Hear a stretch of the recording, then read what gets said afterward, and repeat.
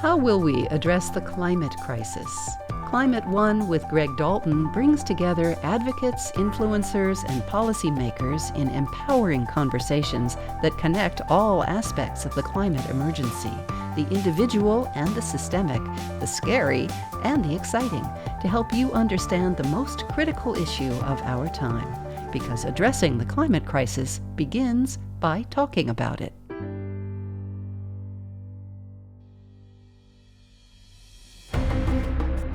As Russia's invasion of Ukraine and soaring fuel prices disrupt global energy markets, even insiders are scrambling to make sense of this moment. Is this when fossil fuels strike back, or when renewables surge to gain market share? The Biden administration has signaled it wants more oil and gas now to ease pain at the pump ahead of the upcoming midterm elections. It also says it's still committed to cutting carbon emissions.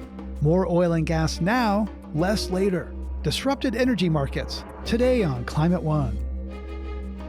Kate, let's begin with you. As we record this, Europe is working through how to phase out dependence on Russian oil. Given that oil is a global commodity, how would this change how energy flows around the world and in the United States? Yeah, Europe is looking to phase out both Russian oil and gas, both critical to current European industry, heating homes and businesses, and generating electricity.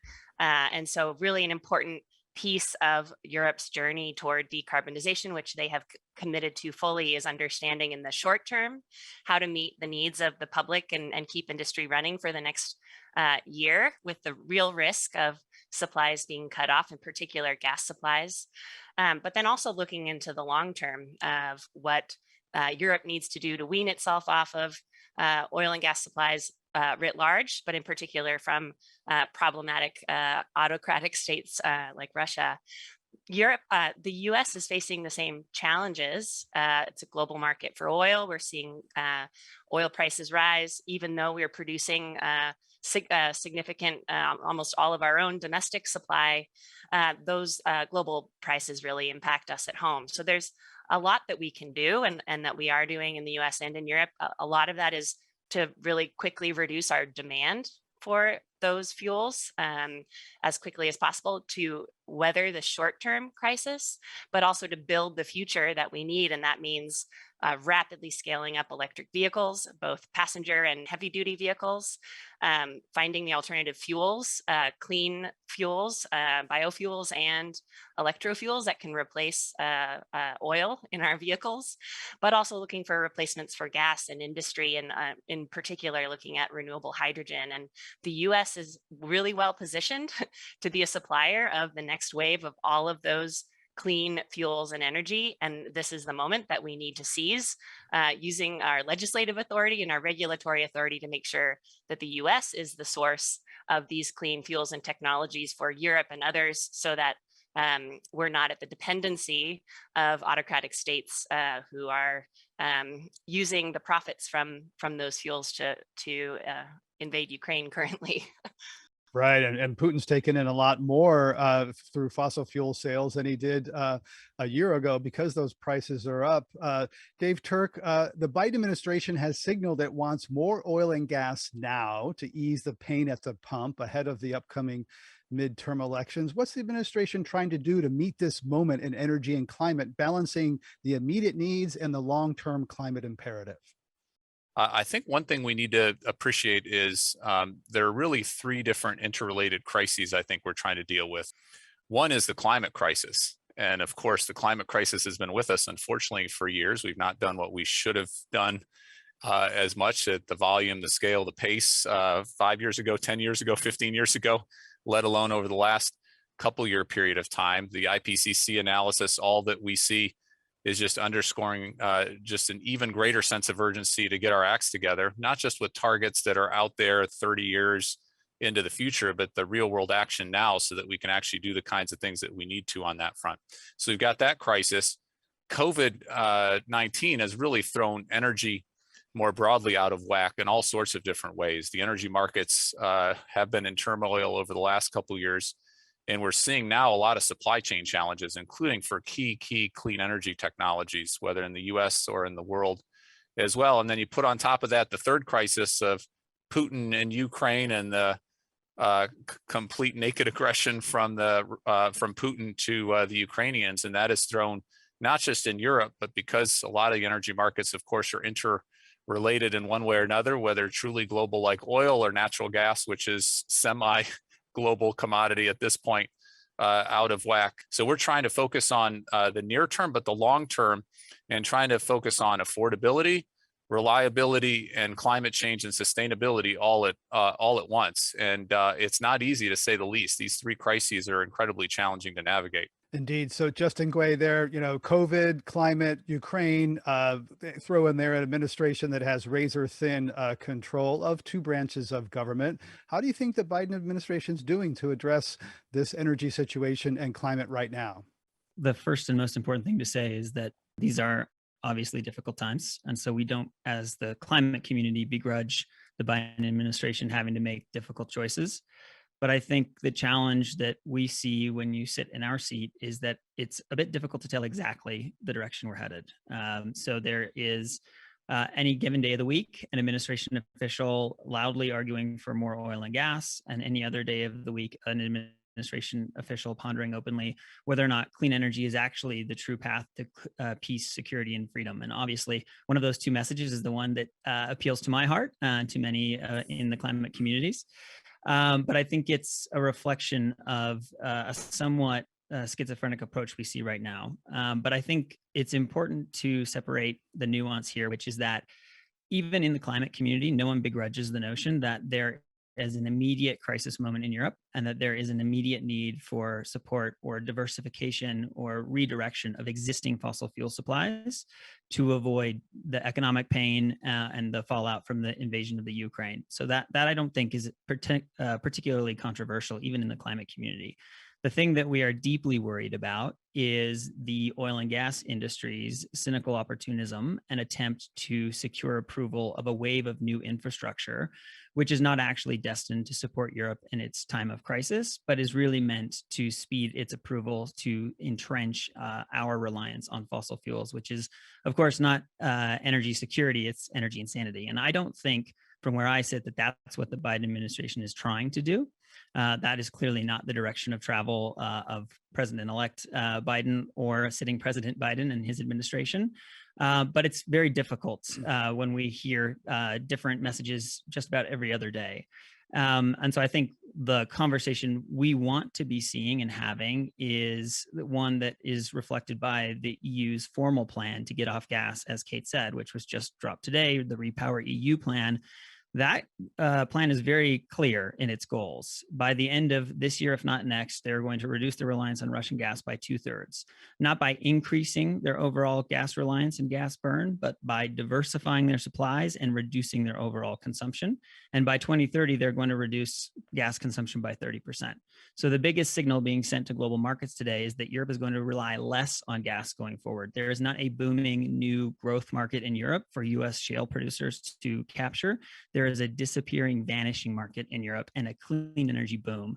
And so the conversation we would love to be having is one around a clean Marshall Plan. What are the investment resources? What are the investment needs to help unlock solar, wind, long duration storage, green hydrogen at scale today? Because unlike the last big supply shock that we all lived, well, I didn't live through it, but many people did live through in the 70s. This time, clean energy is ready for prime time. Our stuff is cheaper, faster to deploy. It is ready to provide ultimate security, which is something that more fossil fuels simply can't do. And I think from where I sit, I do believe that is the long-term goal of the Biden administration. But I do think we need a bit more clarity in the moment because, as I said, we're seeing an awful lot of noise generated by the oil and gas industry, which is meant to serve as political cover for a bunch of assets that are stranded at best and at worst cynical opportunities to lock the rest of the world, namely Asia, into our supplies for the long haul. And of course, Europe has a bit of an advantage. They don't have quite the fossil fuel extraction in Europe as the U.S. has. There's not quite the same kind of incumbent industry defending its turf there. But Dave Turk, your response to that the administration is not being focused and clear and ambitious. Well, I have to say I agree with Justin on a lot of what he said, and appreciate these are not easy circumstances. There are challenges here that we're trying to work through, especially to try to figure out how we help Europe in this time of need. Completely agree with Justin. Clean energy is ready for prime time. And we're seeing that already. It doesn't mean that we can take the accelerator off. In fact, it's the exact opposite, right? We should be leaning in, doubling down, tripling down. We've realigned our whole Department of Energy accordingly to try to use the $62 billion that we've been given as part of the bipartisan infrastructure legislation to really accelerate the clean energy transition in our country. Whether you're talking all sorts of renewables, whether you're talking clean green hydrogen, as Kate was mentioning, or geothermal, our grids, you name it, we're trying to lean in on that piece. There's still some unfinished piece of business on Capitol Hill that we're working with key senators on. Getting some of those tax incentives and some other pieces is incredibly, incredibly valuable. And I think we not only need to work with our European colleagues on a clean Marshall Plan, as Justin said, for Europe, but that's the way we should be thinking about it here in the US.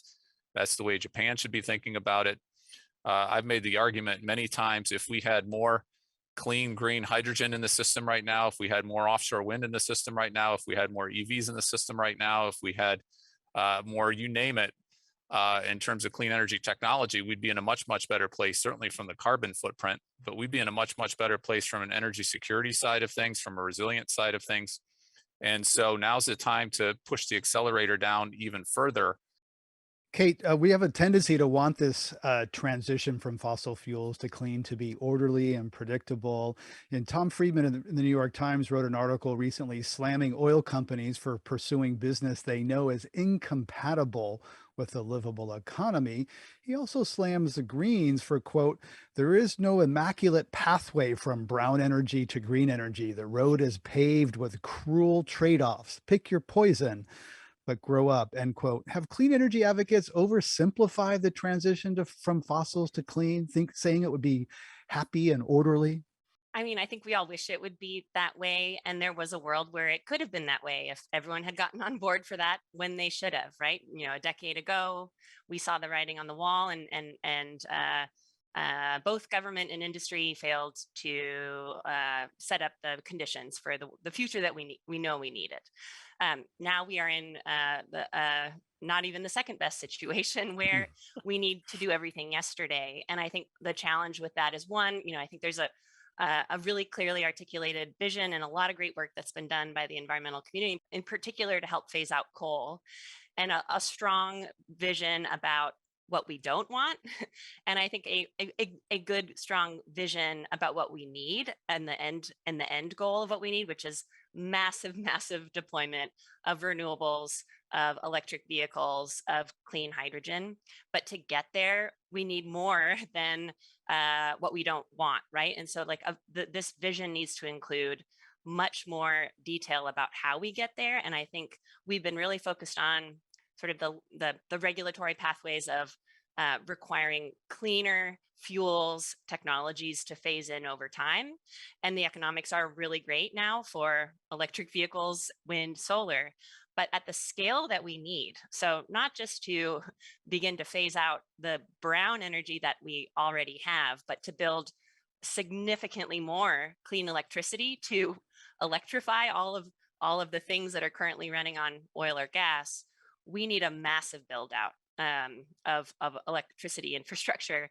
And a lot of that's being bogged down by permitting and siting in communities across the US where there is no constituency advocating for really hard choices, like putting a wind farm in communities in the Midwest that are actively advocating against it. And when you don't have the same kind of advocacy in favor of these choices, and I think this requires a lot of hard work in bringing communities together and community engagement and making sure that it's done in a fair, just, equitable way. Kate, you were a climate lead negotiator at the State Department in the years leading up to the Paris Agreement. President Biden was supposed to be the climate president. He doesn't have a lot of big wins on the board. In fact, he's playing defense a lot of the time. How much is U.S. climate leadership flailing right now because he can't get much done at home?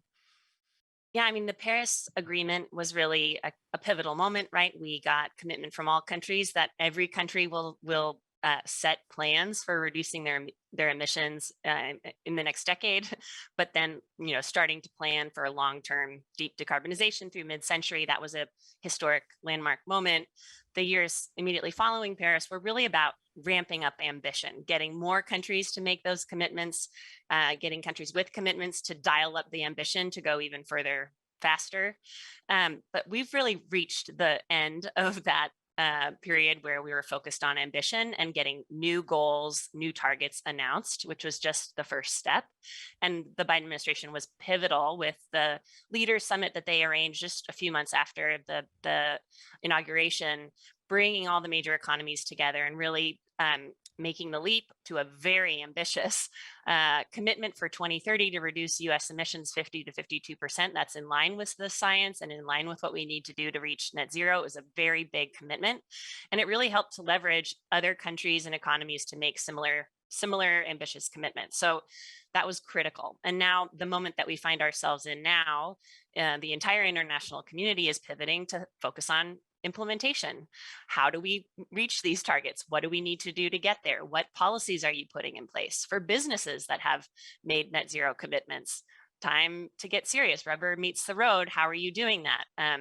Everyone is focused on how to make this happen. And I think that is a particular challenge because many countries are familiar with the US MO when it comes to international agreements, especially on climate, which is we're in when it's good for our politics, and when we have presidents who support climate change, and we're out when they don't. And a lot of that back and forthing really reduces our leverage and our credibility in this space. And so everyone is looking to make sure that the US will make good on these really ambitious commitments that we've set. And that is what everyone is looking for now. And I think the two big places they're looking to see major changes are, with the progress on the legislative front. So incremental progress with the infrastructure bill, big eyes looking for this, the additional steps that were in the Build Back Better plan, and not seeing a lot of movement there is dismaying.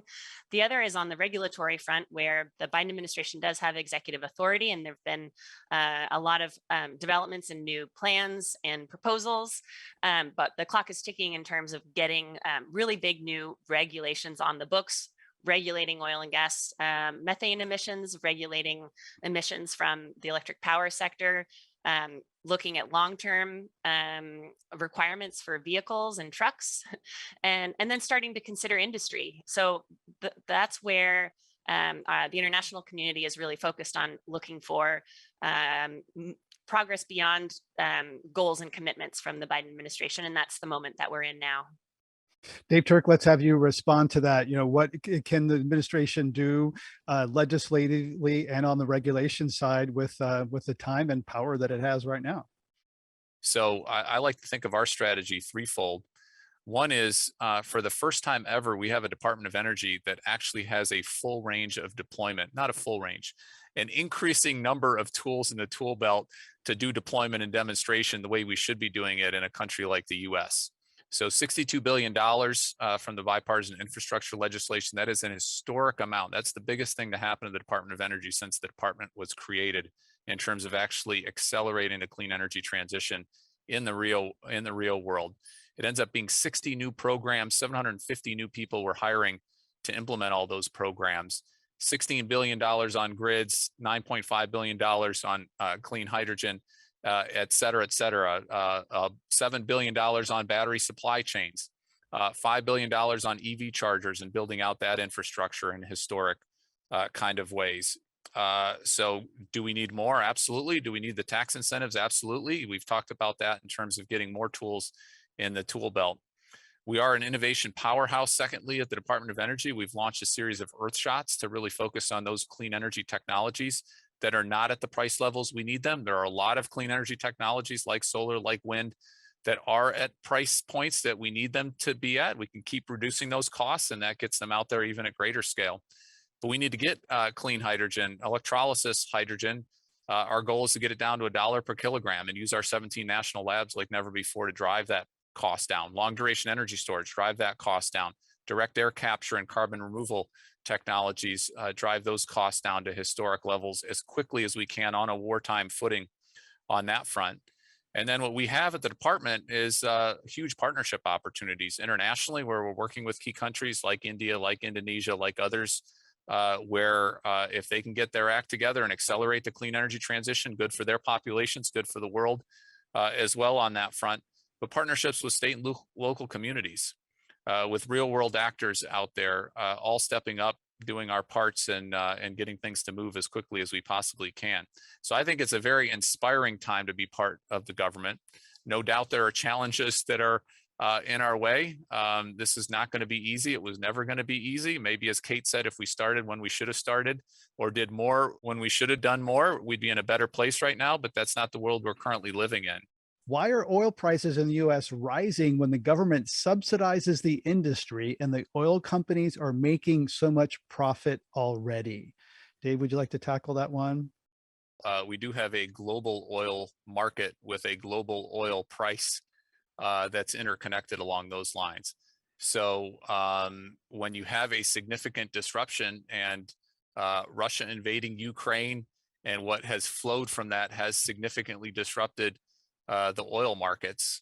And as to Justin's point, we could have even more disruption to the oil markets. The EU right now is considering an oil ban. They're having some countries they need to navigate through, but that would impact oil markets even further going forward. And so as prices go up, it's not just the prices that they pay in Europe, it's prices that we pay here, prices that are paid all around the world. And we're trying to do everything we can, especially in this inflationary period, to try to keep costs down as much as they can for real people in the real world, in America, in the small town I grew up in the middle of nowhere in Illinois, and in places around the country. So we're trying to use the tools that we have in the tool belt.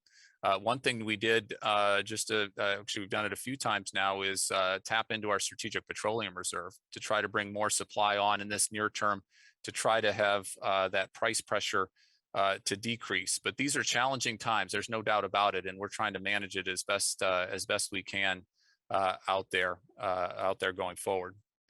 Justin Guay, one thing that the North Star is certainly for me and thinking about this transition is electrify everything, homes, cars, mobility, that sort of thing. How is that being helped or hurt in this disruptive moment? Because we have, high gas prices, which are good for EVs, but EV prices are going up and they're hard to get. There's long waiting lines. How's that playing out for electrify homes and mobility?